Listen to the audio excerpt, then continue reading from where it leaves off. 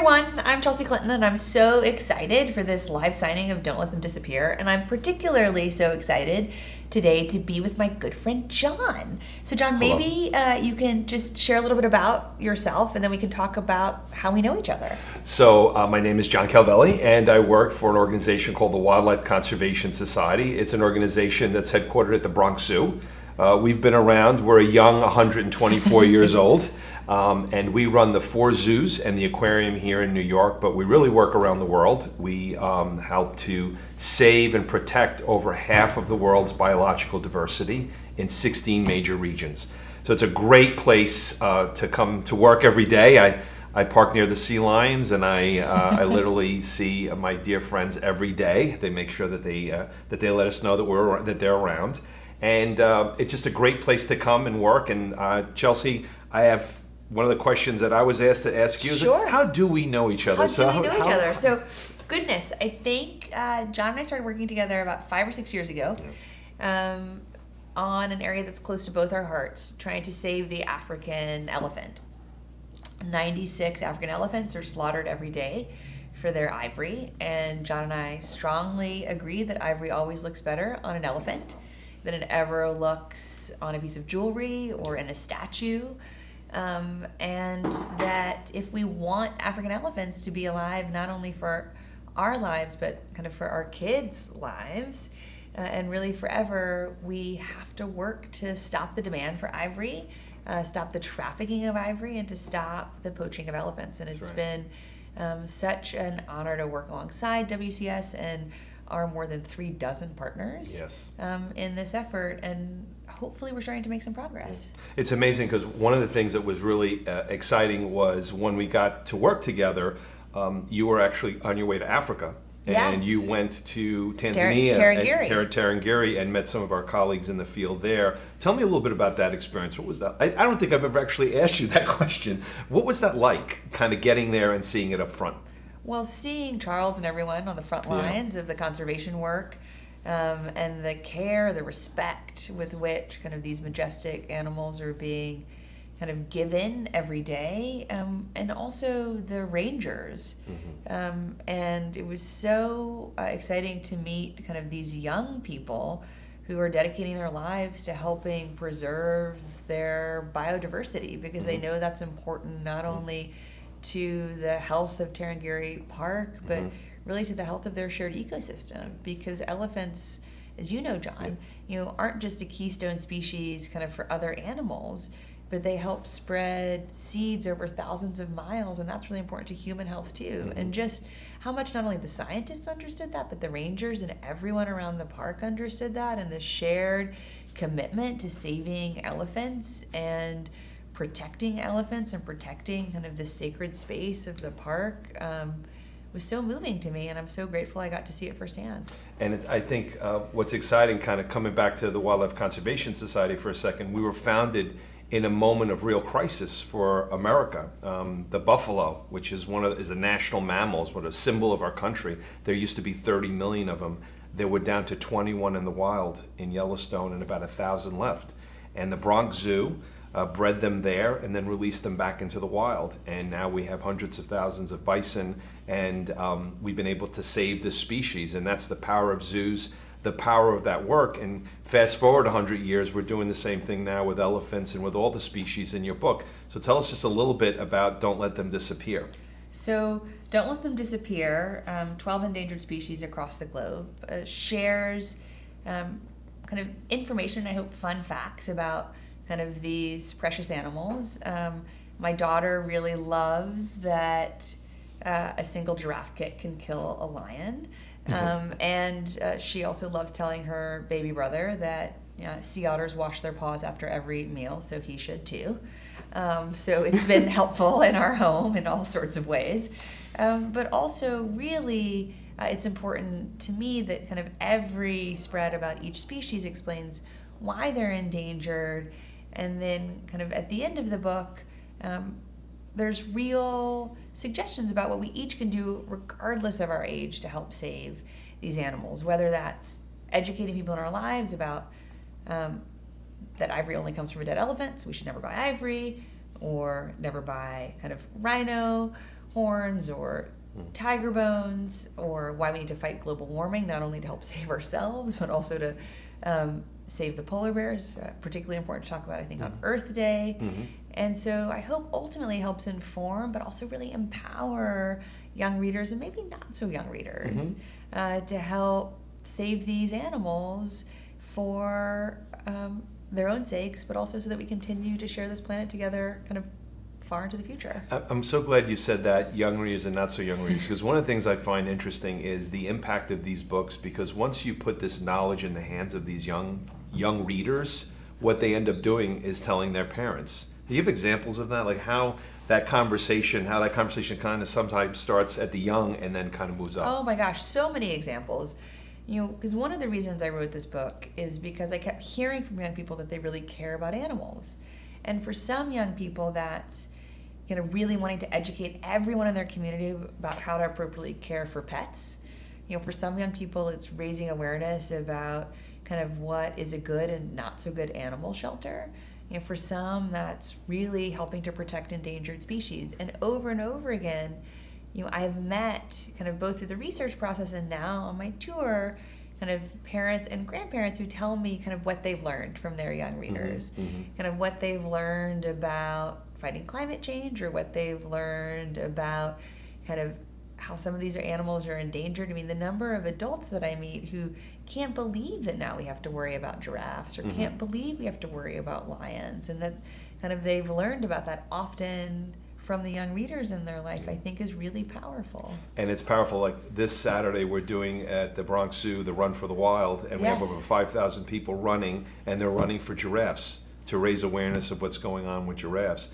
And people don't realize the impact of wildlife trafficking and the work that we had done 4 or 5 years ago through the 96 Elephants campaign. But I would be remiss if I did not say, where can you get all this wonderful information? And that would be at premiercollectibles.com/disappear.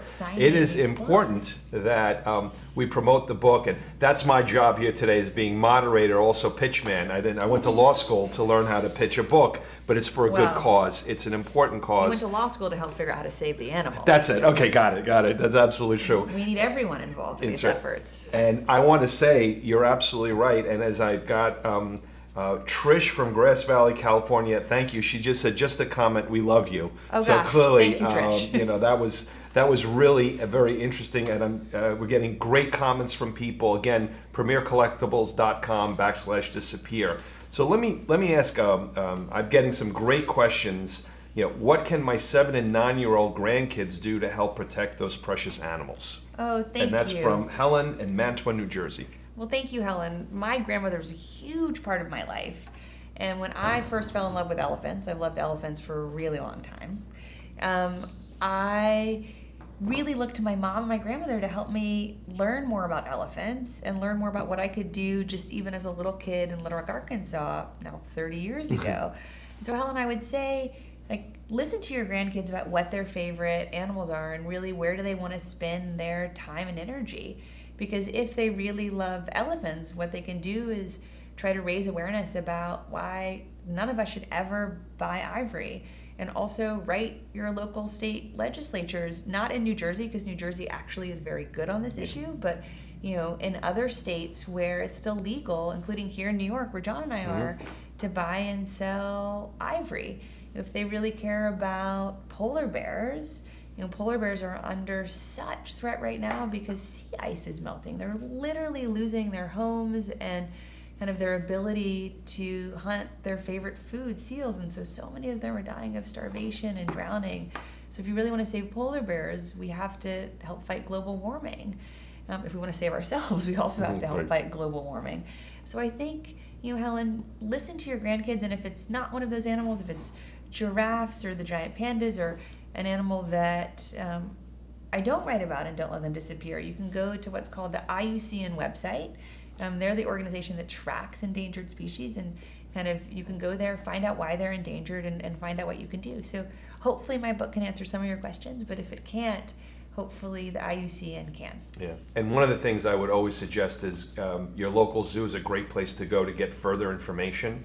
So for example, during the 96 Elephants campaign, one of the things that we did was help to engage young people to draw, make drawings of elephants and their families. And we took all those drawings and we brought them up to Albany and handed them to our governor and used them as a way to engage the public. So it worked really, really well in New York, New Jersey, California, Hawaii, and then nationally we were able to pass legislation and also regulations to help save elephants. And that really came about. We had 30,000 young people make drawings, really and that powerful. really makes it, yeah. Well, and we know that kids are so powerful in this area, not only because of what John just shared about our recent work on elephants, but with the bald eagle. That's right. We know when the bald eagle, our national symbol, almost went extinct, partly because of a pesticide, DDT, that was weakening the shells of baby eagles so they weren't able to fully develop and then hatch, but also because of trophy hunting. Kids were really important, kind of through the Boy Scouts, through the Girl Scouts, other kid-driven organizations, where kids talk to their parents, their grandparents, other adults in their lives about why they never wanted to see a bald eagle trophy. Because until then, it had been really popular for people to have bald eagle trophies on their shelves, right. on their desks, and kids really led the effort to say, like, not only should this not be cool, it shouldn't even be acceptable. And we went from almost losing the bald eagle to now the bald eagle like being able to move off the endangered species That's list, right. which is That's right. really extraordinary, and kids have a lot to do with that. And one of the great things we're seeing now, especially in the States, is this movement on plastic, on single-use plastics. And it really starts with young people saying, wait a minute, I don't need that straw. I don't need to use those single-use plastics. I don't need that bag. I don't need that bag. That's right, that plastic bag. And today here in New York, we're actually, plastic bags are going to be eliminated, and it's amazing. And knock on wood, we're going to be moving forward very quickly on getting rid of plastic straws as well in New York. So things are moving in the right direction. So I got to change it up a little bit because Lynn from Orange Park, Florida, has asked, "What's the best thing about being a mommy?" Oh my gosh, my kids. My kids are the best thing. I mean, I love my kids so much. I feel like probably every parent, where I think my kids are just the greatest people to have ever been on planet Earth, ever. They're just so much fun, and they're so funny, and I constantly am learning from them and laughing with them, and I love watching their relationship. Our daughter, Charlotte, is a really good big sister, and it's very sweet because we're expecting our third. She keeps telling her little brother, Aiden, like, he's going to be a good big brother too, and she's already really being encouraging to him. So the best part is the two of them and their relationship. That's really great, yeah. I have a 20-year-old, so it's a different relationship at this point, but it's a wonderful relationship. But I'm sure you feel the same way. I do. He just came home for the holiday, and it was wonderful to spend some time together. So he's enjoying it tremendously. Let me ask you a little bit about the book itself. Like, how did you pick the species in the book? Why these and why not others? So I picked the 12 species kind of through a variety of ways. I knew, admittedly, I had to include elephants because they're my favorite. And then I talked to lots of kids. And I also, John, I think I asked you, like, what you had heard kind of from the zoo's perspective were animals that kids really gravitated toward. And I asked others who kind of work in conservation and work at zoos, kind of what they had seen in their communities were really popular with kids. And then picture books are all a standard length.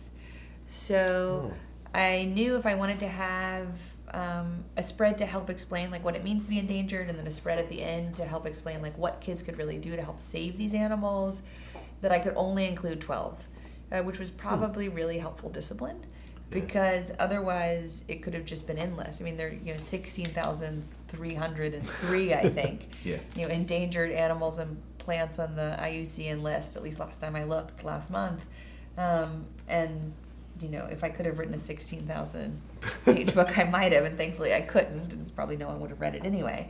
And I just am so thankful to Gianna, the illustrator, for kind of illustrating this book so beautifully. And it's been so fun as I go around the country to hear kids talk to me about their favorite animals. I have heard from a number of kids they wish I'd included a frog. Oh. And that is fair because there are a number Yes. of Very endangered frog species. So I have promised if I'm lucky enough to ever get to write another one, that there will definitely be at least a frog, if not more than one. Okay. For all you frog lovers out there, we don't have them in this one, but the next one will definitely have it. And you can, of course, find this book at premiercollectibles.com. I'll get this right once. premiercollectibles.com/disappear if you're interested in learning more about the book or purchasing the book. So many great questions are coming out. Amy from Cheyenne, Wyoming asks, what other books do you recommend for children to learn about the earth and the importance of saving it? And let me add, extend that a little bit to maybe websites or things like that Sure. that you've come across. So I read a book when I was 10 years old called 50 Simple Things Kids Can Do to Save the Earth. And that book really, I think, changed my life in many ways because it was the first time I really felt, not just from my parents or my grandparents or my teachers, but like from an author, like from a book, which felt so authoritative to me when I was a kid, that I could be a change maker. Mm-hmm. And sadly, that book is still really relevant because everything that it addressed when I read it, more than 20 years ago around climate change and global warming are still challenges today. Yeah. So everything that I tried to do when I was little to help encourage recycling and to cut up the plastic rings on 6 pack cans of soda, so that, if God forbid that got into kind of the waterways, it wouldn't choke birds or fish. Like all of that is still really relevant. So I think that is still very sadly kind of salient as a recommendation.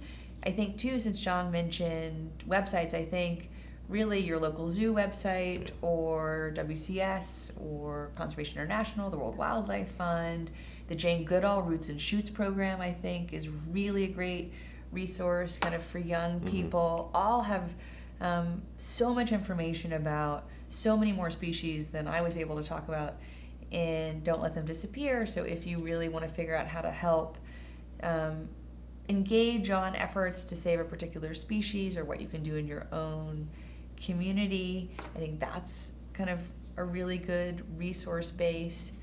So hopefully kind of one book and a set of websites are a good place to start. Yeah, I agree. And there's a lot. And again, I think you mentioned a lot of them. WCS.org definitely is a place to go. But you mentioned IUCN earlier as well.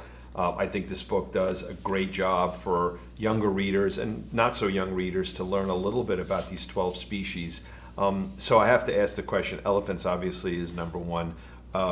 Give me your top 3. Oh gosh. All right.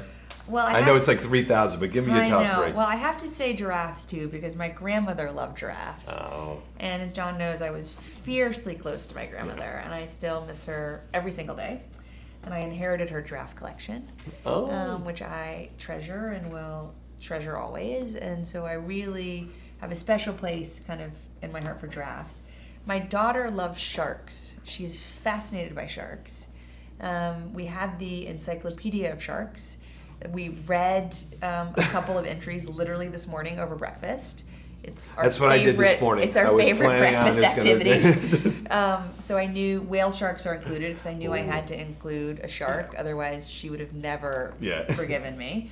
And my son recently has decided tigers are his favorite, and he runs around the house like trying to roar, but he's only 2.5, so like sometimes it comes out as a growl. Close enough. Yeah, I know what he means. It's the effort. I know what he means. Effort. Yeah, that's so funny. That's good. Well, my wife is a lover of giraffes, so I'm very glad. And Maria was like, "Oh, thank God she put giraffes in the book as well." Well, and so many kids just can't get over how long their tongues are, because I think so kids know like how long their necks are and know that they're the tallest animals often, but like the wide-eyed looks and often then like the tongues that really come out of their mouths when I'm talking with groups of kids about how their tongues can be like almost 2 feet long. Yes. Yeah. They just can't imagine that, I think, because it does seem improbable for us. And the other fact is the number of vertebrates. It has the same number of vertebrates as humans. Yes. But they're just a lot bigger. A lot bigger, a lot longer. A lot longer. Yes. Right.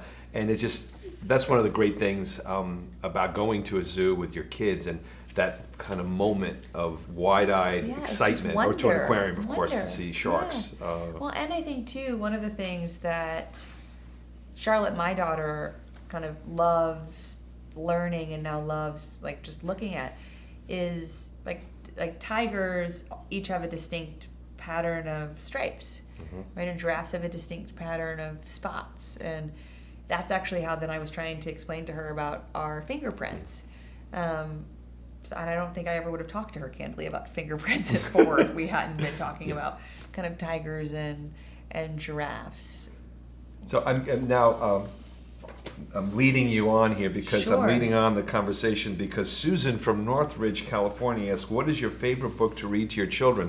And I was thinking, I know the shark book clearly has got a place of some honor. At the moment, the Encyclopedia of Sharks. The Encyclopedia of Sharks is really up there. That would not have been the first one on my list, but are there others that you enjoy reading to them? Oh my gosh. Well, the book that we've read the most, without question, is The Paperback Princess, which is a book that we just love so much, and I love that both my daughter and my son love that book.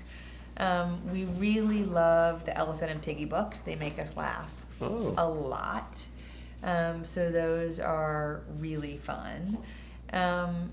We love the kind of any of the counting books because both of our kids are just so excited when they learn a new number.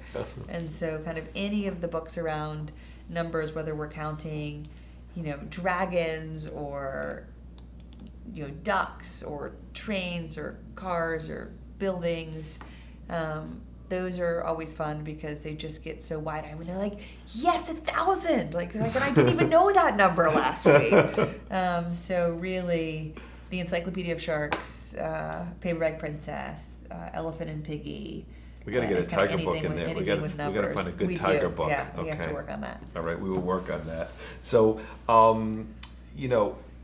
Amy Nadine from Houston, Texas, she asked, Chelsea, do you think we can reverse the damage done to our fragile ecosystem?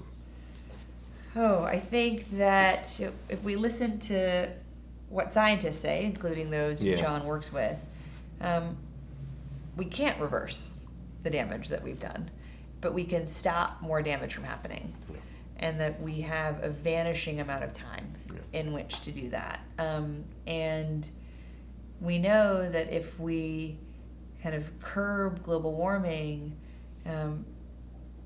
that will help at least minimize the disruption. But we also know kind of the different levels of global warming have very different implications. Like if we kind of warm to 2 degrees over pre-industrial levels, that's so much less rainfall, that's so much more kind of dry land, that's so many more stronger storms, that's so much less fertile cropland, that's so many more kind of areas that are going to be underwater because sea levels will rise. And if we warm to 1.5 degrees, where all of that will still happen, but kind of much less disastrous levels. But we only have about a dozen years to really dramatically cut emissions, to dramatically try to curb global warming. And our kids need that to happen. So one of the things that we're working on at the Wildlife Conservation Society is this idea of nature's strongholds, right? These last major places where we have to help nature hold on.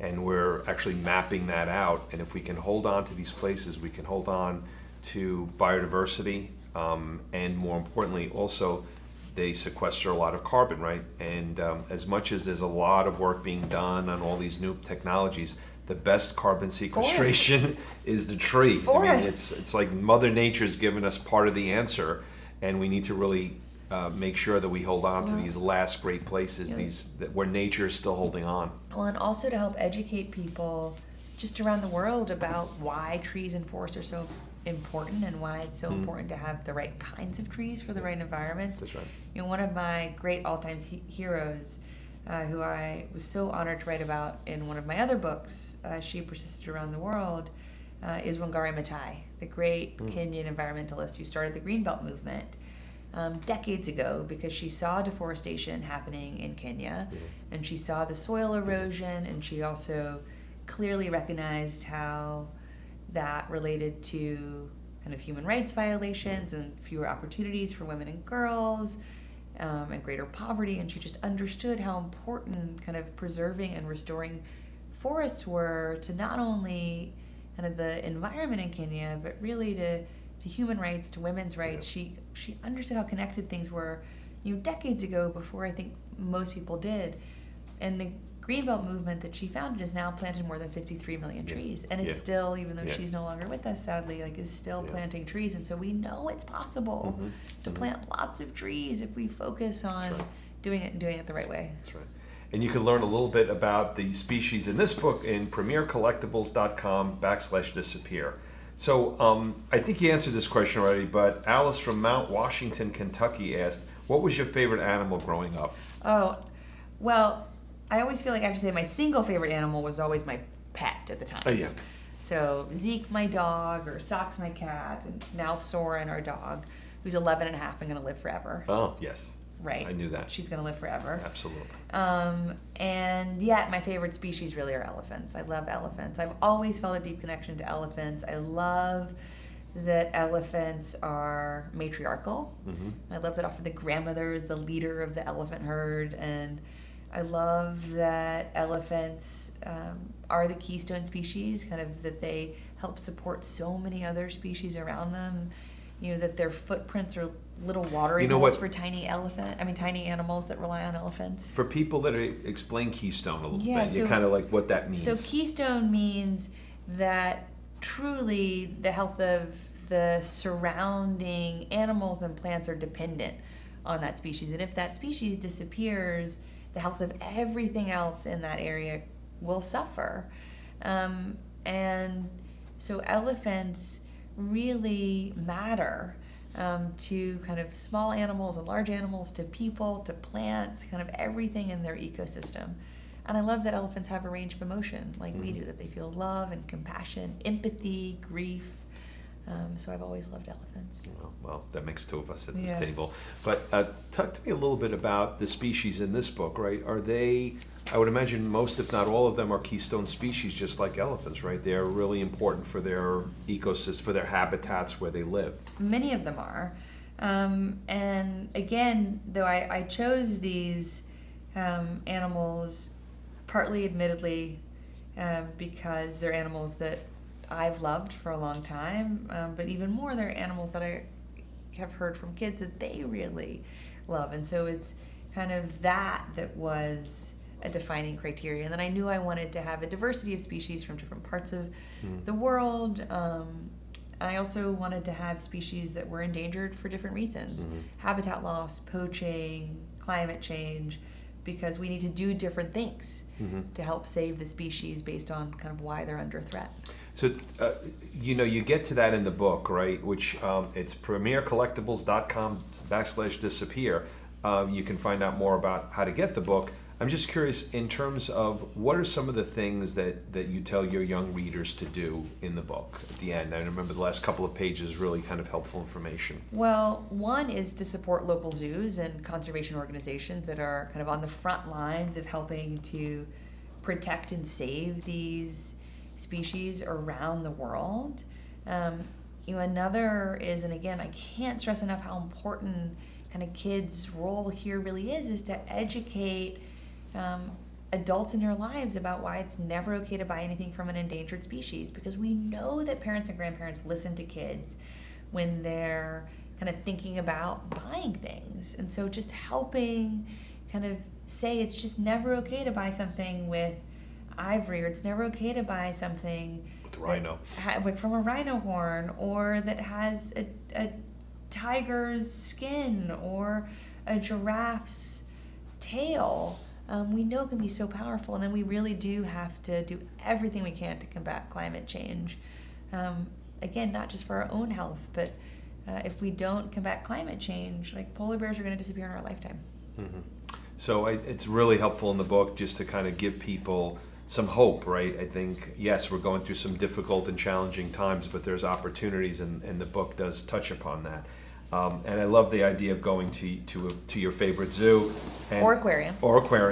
I do not know Alexandra from Rockville Center, New York, but Alexandra did ask the very important and insightful question, have you ever been to the Bronx Zoo? And if yes, what is your favorite part of the Bronx Zoo? Oh my gosh. By the way, thank you, Alexandra. I have been to the Bronx Zoo. I've also been to the Central Park Zoo and the Prospect Park Zoo, and I've been to the New York Aquarium. We love going to the zoo in our family, so we have been to the zoos in New York City, and we've been to them frequently. I also was lucky enough to launch Don't Let Them Disappear at the Bronx Zoo. Yeah. But I have to say, as a parent, my favorite part of our zoos are really the places where our kids get to interact with the animals directly. So when they get to help feed the goats, or meet the donkey, or like see the pigs. Yeah. I think as much as they love kind of being able to watch the other animals, when they get to have that kind of interaction, it's so special. Agreed. To them. Totally agree. So Cheryl from Sioux Falls, South Dakota asks, how long did it take for you to research and write about this important issue of saving our animals?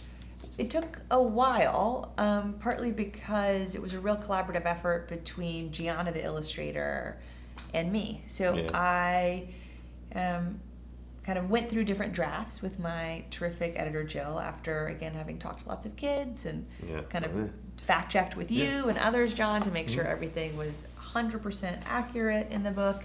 And then Gianna and I went through different versions because we wanted to ensure that kind of the words and the illustrations were really coherent and kind of telling the story together. And that kind of the parts of each spread that talk about the range of the animals or why they're endangered kind of didn't feel awkward there and kind of felt like they were part of it. And I'm just so thankful that Gianna not only shared her talents, but kind of went through all of those different drafts so that... How did you meet Gianna? My terrific editor. Wow. I know. So thank you, Jill. Thank you, Jill. And we had a great meeting. And then it was just terrific to work together. So Heidi in Gresham, Oregon asks the question, do you have plans to write more children's books in the future? I do have plans to write more children's books in the future, so stay tuned. Very good. How long, Marjorie from Walpello, Iowa, how long did it take you to write this book? You know, from beginning to end, how long was that process? The whole process was a few months, because maybe even longer than that, because I kind of wrote the first draft and then it had to be pared down to make sure it wasn't too long. So that kind of took a while, and then kind of Gianna drafted her illustrations, and then we kind of saw how everything might look together, and then kind of made some other edits and changes, and then she went through kind of her beautiful process of kind of painting the illustrations and colorizing the book, and then kind of seeing how that would all look. So I mean, it took quite a few months. So where are you off to? I know we're here at beautiful studios, kind of working on you signing these books and me moderating as best I can. But where are you off to spread the word about this wonderful book? Oh, well, thank you, John. Tomorrow I go to Memphis, and I'm very excited to go to the Memphis Zoo. And then I go on Wednesday. I go to Atlanta and I get to go to the Georgia Aquarium, see the whale sharks there. Yes. So definitely we'll be FaceTiming my daughter kind of from the whale sharks. And then I go to Athens, Georgia after that. And then I go to Cincinnati where I get to see Fiona, again, my favorite hippo. Good to know that you have a favorite hippo. I really do. I shamelessly adore her. I love her story of resilience, and I love the story of kind of everyone who worked so hard to save her life, kind of from the Cincinnati Zoo to the Cincinnati Children's Hospital. And she's just so adorable. I got to meet her last year, and I'm so excited to see her again. And my husband thinks it's hilarious that I have this like total, unvarnished, unapologetic love for this quite large hippo. Very large, yes. Large hippo. And then I walk around, even now pregnant, and my Fiona t-shirt and it like doesn't quite fit over my belly. And I'm just gonna keep wearing it because it makes me so happy. And then next week I go to San Jose. I go to Chicago. I get to go to Little Rock, which I'm really excited about because I get to go to Little Rock Zoo, which was the first zoo that I went to. And also where I met the orangutan Chelsea when I thought I was named after the orangutan because I had never met a person named Chelsea when I was 5. And I went with my kindergarten class to the zoo. So for so many reasons, I'm really excited that I get to go back to Little Rock Zoo. And then later next month, I get to go to San Diego. And we'll be going to some other places too. Very cool. It's been great, and I'm so excited about the next couple weeks. So tell me a little bit about, I know you'd written another book before this one. Tell me a little bit about that book as well. Oh gosh, well I've written a few books. Exactly, yeah. So I wrote my She Persisted books about women who really inspire me, including Wangari Maathai, who I got to talk about earlier. And then I wrote a book, Start Now, that came out last year, kind of also for young activists, in which I talk a little bit about animals and a lot about climate change and other areas that I'd heard from kind of elementary school age kids. They were really motivated to learn more about and motivated to get engaged in. And so not only do I talk about those issues, I also share stories of kids who are really making a difference to help kind of clean up the air around their schools or to rescue food in their communities. And I just am so thankful that I get to kind of share stories of animals and people alike that really matter to me. So I have to ask you, you had that incredible experience in Tarangire where you met elephants. Are there other examples like that of your travels where you had these, like Fiona clearly, where you've had this incredible connection to wildlife and to these animals? Are there other examples? Oh my gosh, like I got to meet at the Maryland Zoo a lot of their penguins, which was a lot of fun, and had a moment with kind of 5 or 6 penguins crawling all over me, which was so much fun. And at the National Zoo, I got to go and see the giant pandas, which really meant a lot to me because I used to go and see the giant pandas at the National Zoo with my grandmother. So when she was still alive, one of the things we loved doing together was to go to Panda House. So I have to say that was really meaningful to me to be able to go back there. I just wish she were still with us so that she could have come with me. She is in spirit. She is in spirit. So I do have to say that you have not lived till you've met a warthog. I have met a warthog, but not on this tour. So okay. So we have a new member of the Bronx Zoo family, the warthog. I'll leave it at that. Okay. What is the warthog's name? I cannot tell you that because I do not remember. Okay. But you were all here. We're all here tonight. Jimmy, I'm sorry, and Kathleen, I do not remember the name of that warthog. If anybody can send it to me, that would be really helpful right now. But he is very cool. Okay. But Right, I appreciate the panda stories and all the others. We'll get you back up to the Bronx Zoo. So I think at this point we're supposed to do the 22 questions in 2 minutes. Okay. So it'll take me that long to read these questions, so you're going to have to be very quick in order to answer these 22 questions in 2 minutes. Okay. So tell me when you're ready. I'm ready. All ready. Okay. Number 1, who would you like to have dinner with, past or present? Well, always my kids.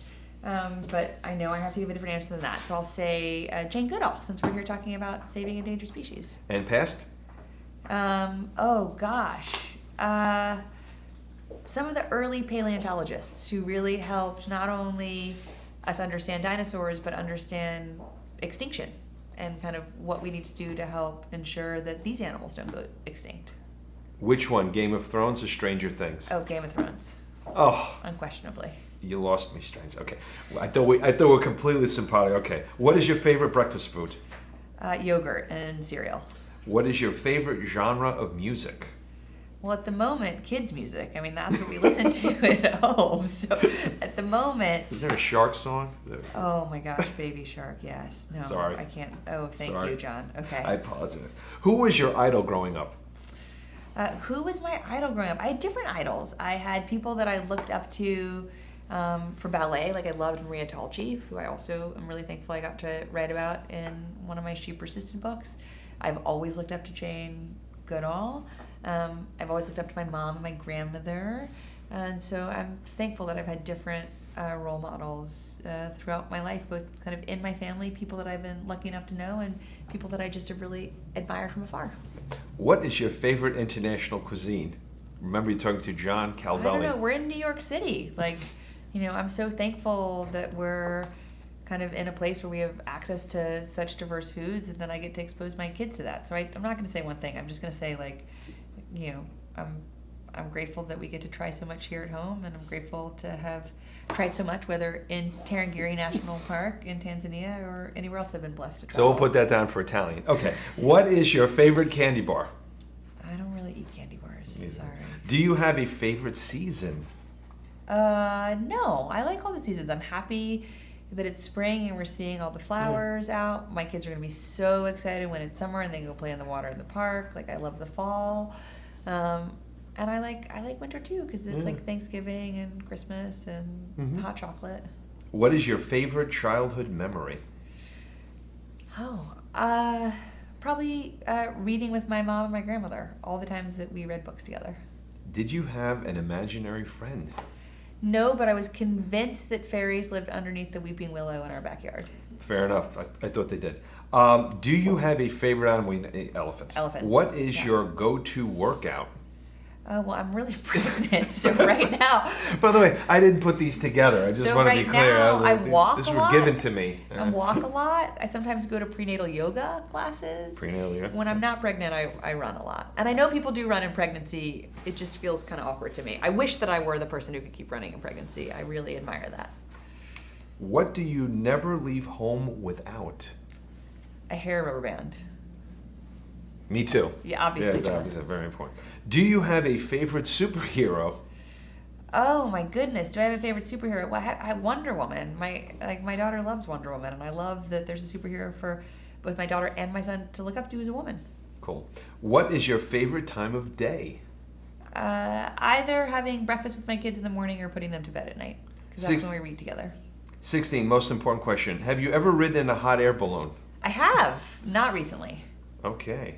Number 17, what is your favorite board game? Oh my goodness. Right now my kids are really into Candyland. Oh, okay. So, Candyland, I guess. What are your favorite pizza toppings? Oh gosh, I really, don't judge. Do I need to hear this? I don't know, you asked the question. I love cheese. Okay. Okay, I love pesto. Is that okay? Oh, yeah. Oh yeah, That's okay. all right. And lots of vegetables. Okay, know. let's move on. Sorry. Let's move on. Sorry. It's Earth Day, and we're here for good things. Do you have a favorite teacher? Oh my gosh, I have so many favorite teachers. Mrs. Mitchell from first grade, Mrs. Porter from fourth grade, Mrs. Morin in ninth grade, Dr. Woods, my doctoral supervisor. I've had great teachers throughout my life, Very cool. Thankfully. Do you like movie popcorn with or without butter? Ooh, I'm more of like a salt person. Is that okay? Can I say salt? Sure. Salt. Okay. Who is your favorite author? Oh my gosh, that's hard. Well, we already talked about how much we like kind of the Elephant and Piggy books. So, thank you, Mo Willems. It's probably the author that I read the most because thankfully he's written a lot of them. So I think I have to say Mo Willems is like my favorite of the moment. Okay. Yeah. Who has impacted you the most? Oh, number 22. Unquestionably, my mother and my grandmother. Got it. Very good. Sorry, Mr. President. All right. Close second, Dad. Close second, Dad. Thank you. PremierCollectibles.com/disappear is where you can find this book. Thank you for giving me the opportunity to be here with you. Yeah, This was fun. Thank you. Thanks very much.